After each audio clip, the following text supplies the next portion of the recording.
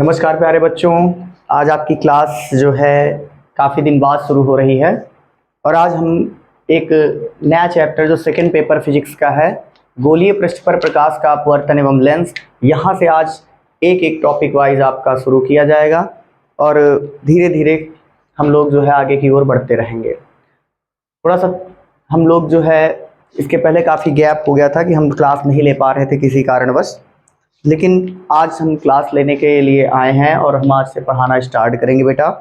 और जो भी आपको समस्या हो आप कमेंट बॉक्स में जाके कमेंट कर सकते हैं और जैसे भी आपको जहाँ पे कुछ चीज़ें ना समझ में आए आप तुरंत मुझे बता सकते हैं कि सर यहाँ पे नहीं समझ में आया, और आप तुरंत जो है बताइएगा कि जो भी चीज़ें नहीं आ रही समझ में।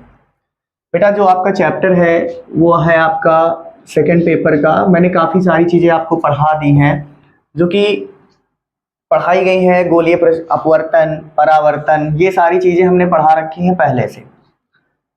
और इसके बाद जो सबसे इंटर का मेन टॉपिक आपका स्टार्ट होता है यहाँ से, गोलीय पृष्ठ पर प्रकाश का अपवर्तन एवं लेंस। गोलीय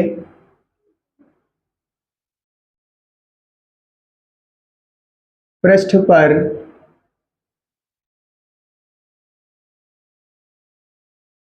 प्रकाश का अपवर्तन एवं लेंस।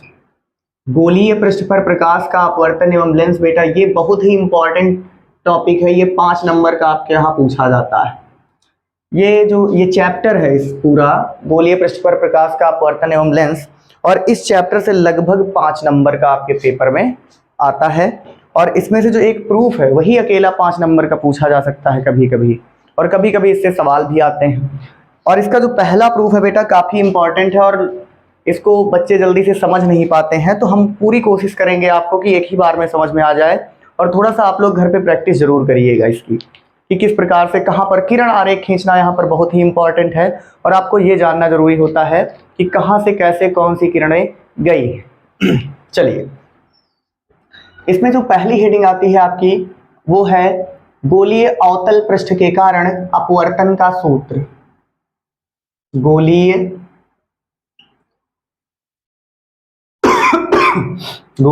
पृष्ठ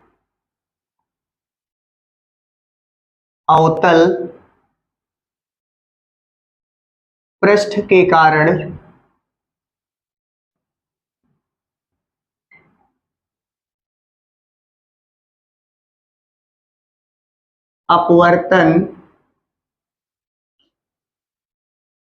सूत्र।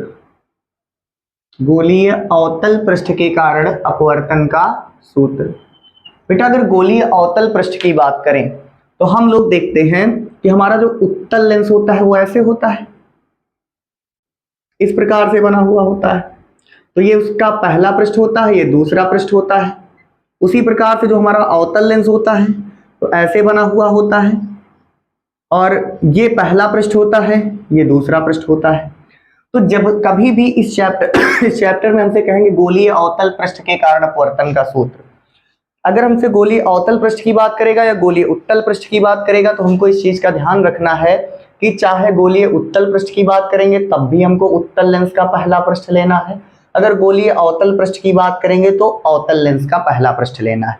इसका मतलब क्या हुआ कि अगर मान लो हम कह रहे हैं कि गोलीय अवतल पृष्ठ के कारण अपवर्तन का सूत्र, तो हम ये वाला पृष्ठ यानी पहला वाला पृष्ठ लेंगे, और पहला वाला पृष्ठ लेंगे तो हम लोग फिगर यहाँ पर बनाने की कोशिश करते हैं और फिगर बनाएंगे। और फिगर बनाने के साथ साथ हमको सीखना भी है कि यहाँ पर देखो, अगर बेटा आपका फिगर बन गया तो आप ये मान के चलिए कि इसमें फिर आप गलती नहीं करेंगे।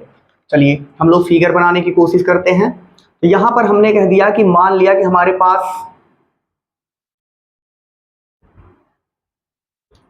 हमारे पास कोई एक गोलीय अवतल पृष्ठ है। तो गोलीय अवतल पृष्ठ अर्थात अवतल लेंस का प्रथम पृष्ठ लेना है, ये हमने ले लिया। हमारे पास है अवतल लेंस का ये पहला पृष्ठ ले लिया गया। अब ये जो है ये S और ये हो गया हमारा S डैश, इसकी हम मुख्य अक्ष खींच लेते हैं। ये इसकी मुख्य अक्ष हो गई बेटा, ये और हमने कह दिया कि इसके मुख्य अक्ष के बिंदु O पर कोई वस्तु रखी है। ये मुख्य अक्ष का बिंदु O है और O पर कोई वस्तु रखी हुई है।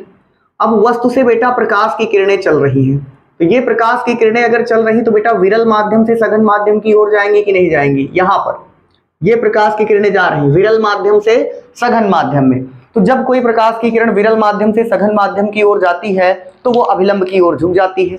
अब बेटा हमारे फिगर में सबसे बड़ी समस्या तो ये आ रही है कि हम अभिलंब कहाँ माने, तो अभिलंब तो इसमें कहीं दिखाई नहीं दे रहा। तो अगर अभिलंब नहीं दिखाई दे रहा तो हम लोग कोशिश ये करते हैं कि यार किसी तरीके से अगर जब तक अभिलंब मिलेगा नहीं तब तक हम इस प्रकाश की किरण को अभिलंब की ओर झुका करके कैसे दूसरे माध्यम में ले जाएंगे। तो सबसे पहला हमारा काम होता है कि अभिलंब खींचना। अभिलंब कैसे खींचेंगे भैया? सबसे मेन चीज ये होती है कि जैसे मान लो कि ये प्रकाश की किरण आकर के यहाँ पर गिरी, तो जाहिर सी बात है कि इसी बिंदु से ये जो आपका पॉइंट है, ये वाला बिंदु है, यहीं से प्रकाश का अपवर्तन होना है, यहीं से प्रकाश का अपवर्तन होगा। तो बेटा जहां से यानी जिस बिंदु से प्रकाश का अपवर्तन या परावर्तन बिंदु हो, ध्यान से समझना इस लाइन को, जिस बिंदु से प्रकाश का अपवर्तन या परावर्तन हो उस बिंदु को अगर वक्रता केंद्र से मिला दिया जाए तो जो मिलाने वाली रेखा होती है वो अभिलंब का कार्य करती है। इसका मतलब ये हुआ कि ये अगर अवतल पृष्ठ है तो जाहिर सी बात है इसका वक्रता केंद्र इधर कहीं पे मिलेगा। तो इसका हमने वक्रता केंद्र मान लिया कि ये इसका वक्रता केंद्र है, ये इसका वक्रता केंद्र C हो गया। अब अगर C को हम इस बिंदु से मिला दें तो देखो ये प्रकाश की किरण के जाने का मार्ग तो बेटा ये होना चाहिए कि नहीं होना चाहिए? ये प्रकाश की किरण ऐसे जानी चाहिए, ठीक है। लेकिन अब एक माध्यम से दूसरे माध्यम में जा रही तो अभिलंब की ओर झुकेगी, और जब अभिलंब की ओर झुकेगी ये तो अभिलंब अब पहले खींचेंगे तब अभिलंब की ओर झुकेगी कि नहीं? तो यहां पर हमने क्या किया कि इस बिंदु को हम वक्रता केंद्र से यानी दर्पण के अपवर्तन बिंदु को हम क्या करते हैं, वक्रता केंद्र से मिलाते हैं। ये देखो ये वक्रता केंद्र से हम इसको क्या कर रहे हैं बेटा, मिला दे रहे हैं। तो अगर मान लो इस प्रकाश की किरण को अपवर्तन बिंदु को अगर हम वक्रता केंद्र से मिला दें तो ये मिलाने वाली रेखा देखो ऐसे जाएगी कि नहीं जाएगी? और ये जो लाइन है ये अभिलंब का कार्य करेगी। किसका कार्य करेगी बेटा? अभिलंब का कार्य करेगी। ये जो प्रकाश की किरण है ये अभिलंब का कार्य करेगी। तो अब ये देखो हमको अभिलंब भी मिल गया कि नहीं मिल गया? यानी कि ये प्रकाश की किरण को इधर जाना चाहिए लेकिन अभिलंब हमारा ये है। तो ये प्रकाश की किरण जो होती एक माध्यम से दूसरे माध्यम की ओर जाने के कारण थोड़ा सा अभिलंब की ओर ये झुक जाती है। अगर बेटा ये अभिलंब की ओर झुकेगी, ये प्रकाश की किरण अगर अभिलंब की ओर झुकेगी तो इसके जाने का मार्ग ये है, लेकिन ये चली जाएगी ऊपर की ओर थोड़ा सा, यानी ये प्रकाश की किरण ऐसे जाएगी, यहां से होकर के ऐसे जाएगी, ये ऐसे होकर के ये प्रकाश की किरण आगे निकल जाएगी। लेकिन ये मुख्य अक्ष को आगे जा करके तो कहीं काटेगी नहीं, इसलिए इस प्रकाश की किरण को हम लोग क्या करते हैं, पीछे की ओर बढ़ा लेते हैं ऐसे करके डॉटेड लाइन में, ऐसे ऐसे करके इसको पीछे की ओर बढ़ा लेते हैं। ये प्रकाश की किरण आ गई पीछे की ओर, और जहां पर ये मुख्य अक्ष को काटती है वहीं पर वस्तु का प्रतिबिंब I प्राप्त होता है। बोलो ये इतना फिगर आपको समझ में आ गया होगा। ये पीछे की ओर इसको बढ़ाते हैं, तो पीछे की ओर जब बढ़ाते हैं तब ये मुख्य अक्ष को काटती है और यहीं पर वस्तु का प्रतिबिंब हम लोग मान लेते हैं। अगर ये कोण बेटा हमारा अल्फा है, ओ ये वाला कोण हमने क्या मान लिया, जो वस्तु वाला है इसको हमने कह दिया कि ये अल्फा है, ये वाला कोण हमारा बीटा है और ये वाला कोण हमारा गामा है। अब ध्यान देना, ये दर्पण का जो अपवर्तन बिंदु है इसको हमने कह दिया बेटा कि ये M है। अब दर्पण के अपवर्तन बिंदु से हम लोग मुख्य अक्ष पर एक लंब डालते हैं जिसको हम लोग बोलते हैं MN। ये है MN। MN बराबर हमने कह दिया कि ये भैया MN है, और MN की ऊंचाई हमने मान ली, ये जो MN है इसकी ऊंचाई स्मॉल h है।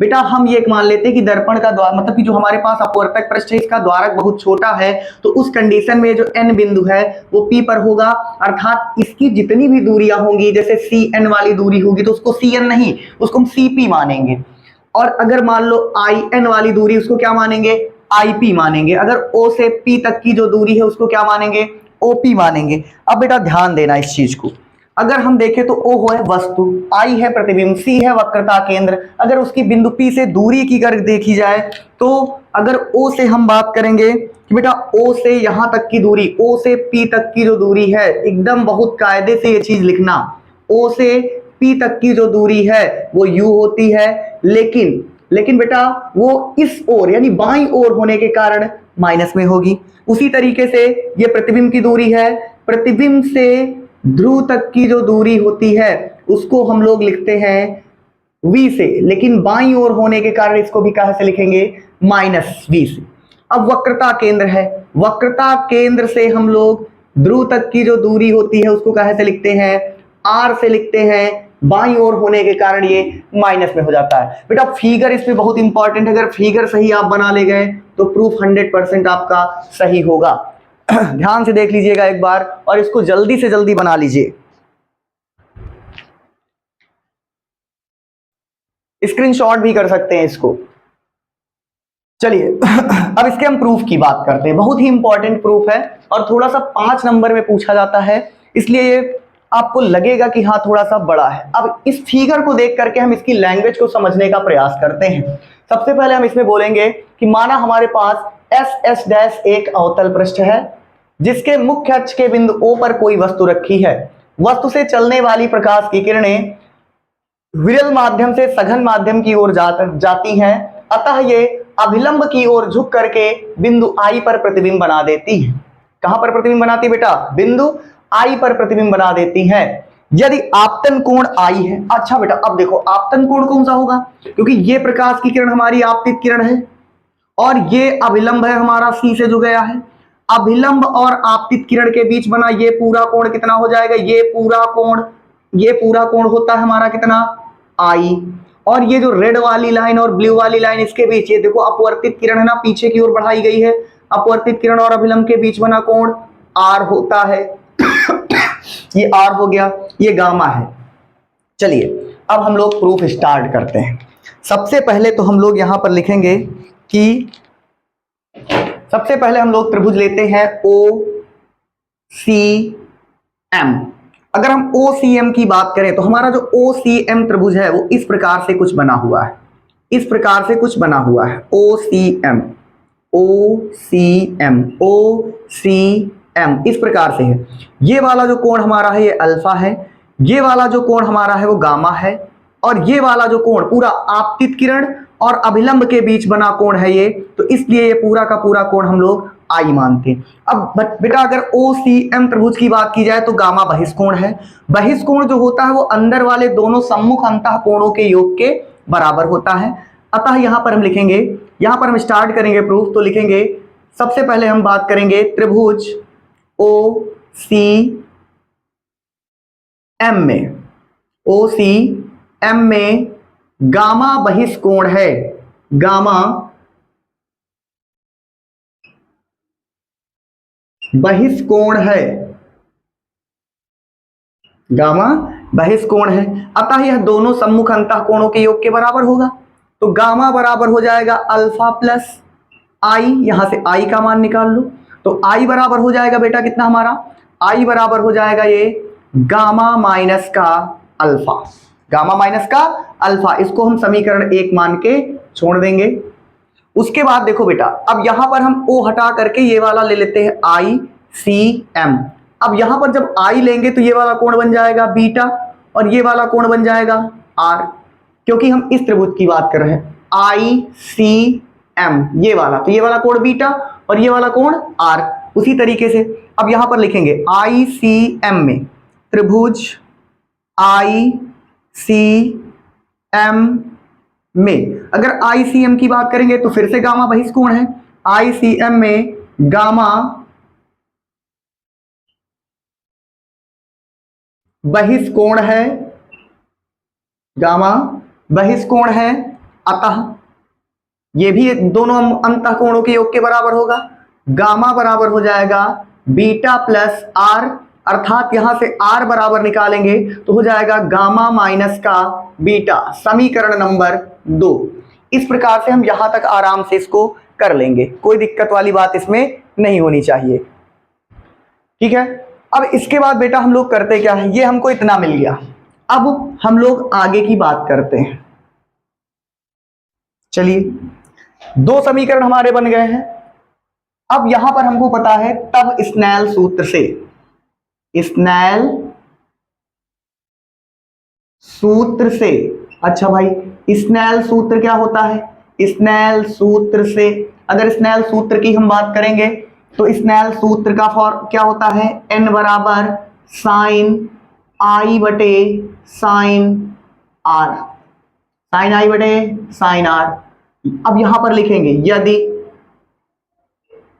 कोण बहुत छोटा है, यदि कोण बहुत छोटा है या दर्पण का द्वारक बहुत छोटा है, यदि कोण बहुत छोटा है, अगर बेटा कोण बहुत छोटा होता है तो जो भी त्रिकोणमितीय अनुपात होता है उसको हम क्या करते हैं? हटा देते हैं। जो भी त्रिकोणमितीय अनुपात होता है उसको हम क्या करते हैं? हटा देते हैं। अर्थात यहां से साइन क्या होगा? गायब हो जाएगा। तो साइन आई की जगह पे क्या लिखेंगे? केवल आई। साइन आर की जगह पे क्या लिखेंगे? केवल आर। तब फॉर्मूला हमारा हो जाएगा एन बराबर आई बटे, कितना हो जाएगा बेटा? ये हो जाएगा आई बटे आर। अगर यहां से हम i बराबर निकालेंगे तो हो जाएगा एन आर। आई और आर के मान समीकरण 1 और 2 से उठा के इसमें रखेंगे, तो यहां पर लिखेंगे हम लोग समीकरण 1 तथा 2 से i तथा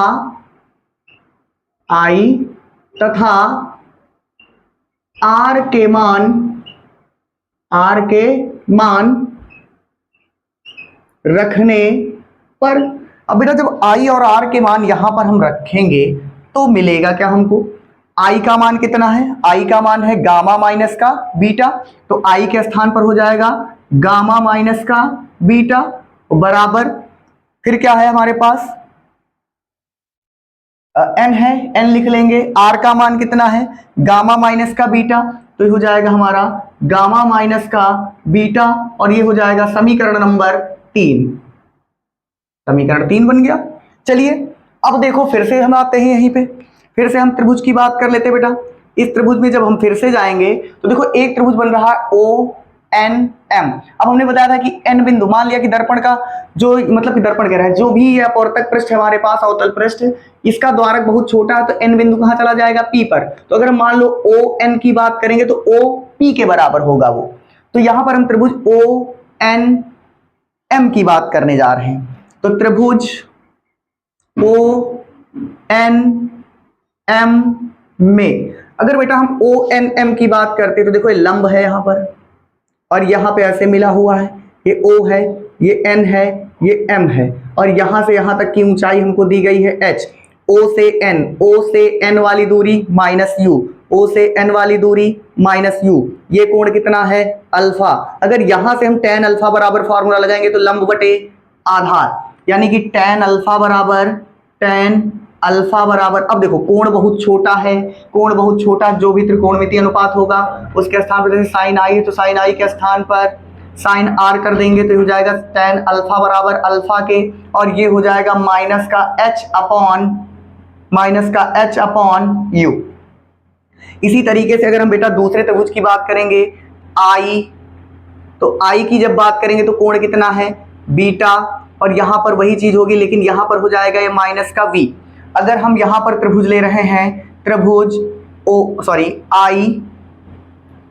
आई एन एम में, तो बेटा हो जाएगा हमारा कितना? tan बीटा बराबर हो जाएगा बीटा के, और ये हो जाएगा किसके बराबर? माइनस का h अपॉन v। इसी तरीके से सेम सी एन एम की बात करेंगे, सी एन एम है, सनम नहीं है, तो त्रिभुज सी एन एम की बात कर रहे हैं, तो सी एन एम में अगर इस त्रिभुज की बात करेंगे तो यहां पर हो जाएगा बेटा tan गामा बराबर गामा के, tan गामा बराबर गामा के, ठीक है, tan गामा का बराबर हो जाएगा गामा के, और इसका मान आ जाएगा माइनस का h अपॉन आर। अब देखो अल्फा बीटा गामा तीनों के मान उठा के समीकरण 3 में रख देते हैं, देखते हैं क्या मिलता है। अल्फा बीटा गामा तीनों के मान कहां रख देना है? समीकरण 3 में। तो यहां पर लिखेंगे अल्फा कॉमा बीटा तथा गामा का मान समीकरण 3 में रखने